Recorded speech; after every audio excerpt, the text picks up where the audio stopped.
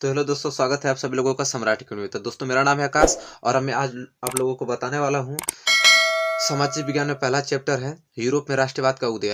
और यूरोप में राष्ट्रवाद का उदय जो चैप्टर फर्स्ट आपका है दोस्तों, इससे जो वेरी मोस्ट आईएमपी क्वेश्चन है जो एग्जाम के दृष्टिकोण से बहुत ज़्यादा अच्छे हैं दोस्तों, वो क्वेश्चन मैं कराने वाला हूँ।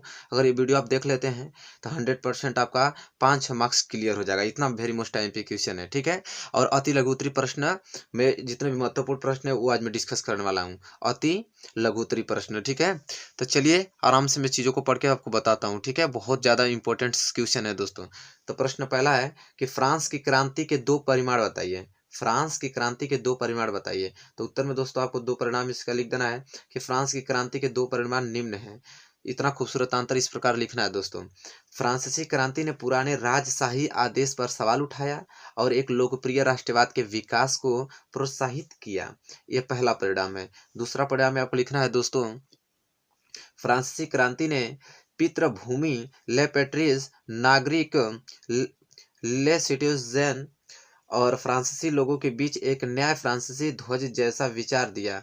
इसने सभी नागरिकों के लिए एक समान कानून के साथ केंद्रीकृत प्रशासनिक प्रणाली की शुरुआत की। तो दोस्तों इस प्रकार आपको दो इसके क्रांति के दो परिणाम इस प्रकार आपको खूबसूरत आंसर में देना है। इस प्रकार से आप अगर लिखते हैं एग्जाम में तो आपको एग्जामिनर फुल मार्क्स देगा। आप वेरी मोस्ट आईएमपी क्वेश्चन है कि फ्रांस की क्रांति के दो परिणाम, बहुत ज़्यादा इंपॉर्टेंट क्वेश्चन है दोस्तों, ठीक है। दोस्तों उम्मीद करता हूँ क्वेश्चन नंबर पहला आपको क्लियर हो चुका होगा। चलिए बढ़ चलते हैं अगले क्वेश्चन की ओर। देखिए ये भी question very most IMP question है। यूरोप में राष्ट्रवाद का क्या कारण थे?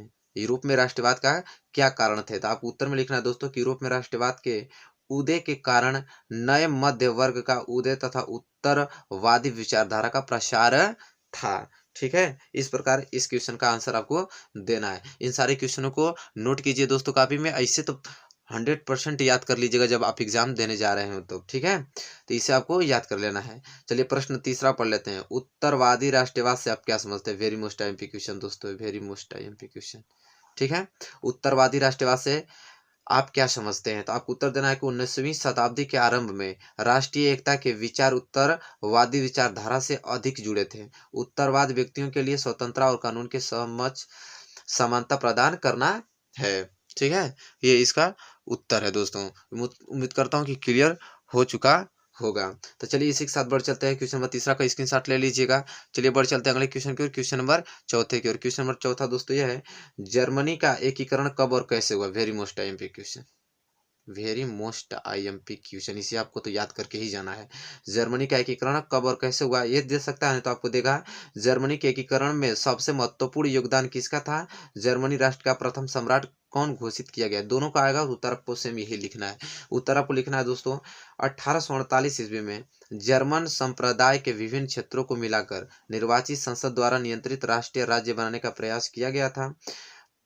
प्रशा ने राष्ट्रीय एकीकृत आंदोलन का नेतृत्व किया।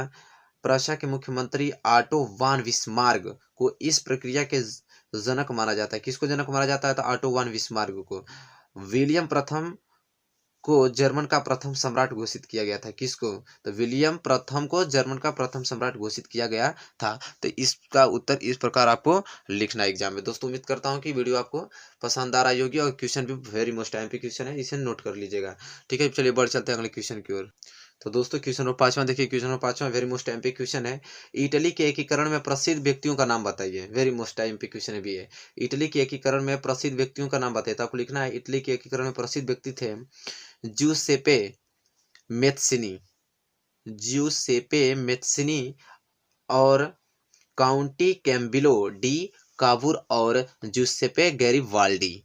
ये जो थे तो इटली के एकीकरण के प्रसिद्ध व्यक्ति थे, ठीक है। इसे नाम थोड़ा कठिन है लेकिन आप इसे याद कर लीजिएगा क्योंकि मोस्ट एमपी क्वेश्चन है। और दोस्तों देखिए इसमें मैं आपको बहुविकल्पीय प्रश्न कुछ जो बहुत ज़्यादा महत्वपूर्ण है मैं उसको आपको बता देता हूँ। बहुविकल्पीय महत्वपूर्ण प्रश्न, ठीक है, इसे भी याद करके जाना है, 1 नंबर का आता है, ठीक है। प्रश्न पहला आपको दोस्तों है, राष्ट्रवाद का प्रारंभ जिस देश से हुआ वह है। तो राष्ट्रवाद का प्रारंभ दोस्तों फ्रांस देश से हुआ था। ऑप्शन सी इस क्वेश्चन का करेक्ट आंसर है दोस्तों। देखिए आंसर में लिखा हूँ, फ्रांस देश से राष्ट्रवाद का प्रारंभ हुआ था। चलिए क्वेश्चन नंबर दूसरा पढ़ लेते हैं। नेपोलियन का प्रबंध किस देश से था? नेपोलियन का प्रबंध दोस्तों भी फ्रांस देश से ही था। नेपोलियन का संबंध किससे था? फ्रांस से। ऑप्शन नंबर सी ही करेक्ट आंसर होगा। याद कर लीजिएगा दोस्तों, वेरी मोस्ट टाइम पे क्वेश्चन है। प्रश्न तीसरा दोस्तों कि नेपोलियन ने नागरिक संधिता को कब लागू किया था? नेपोलियन ने नागरिक संधिता को कब लागू किया था?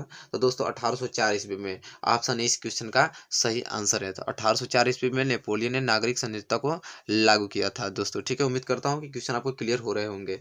प्रश्न चौथा देखिए, फ्रांस में गणतंत्र की घोषणा कब हुई? तो फ्रांस में गणतंत्र की घोषणा दोस्तों सन 1850 ईस्वी में। ठीक है, ऑप्शन ए इस क्वेश्चन का करेक्ट आंसर होगा। फ्रांस की गणतंत्र की घोषणा 1850 ईस्वी में हुई।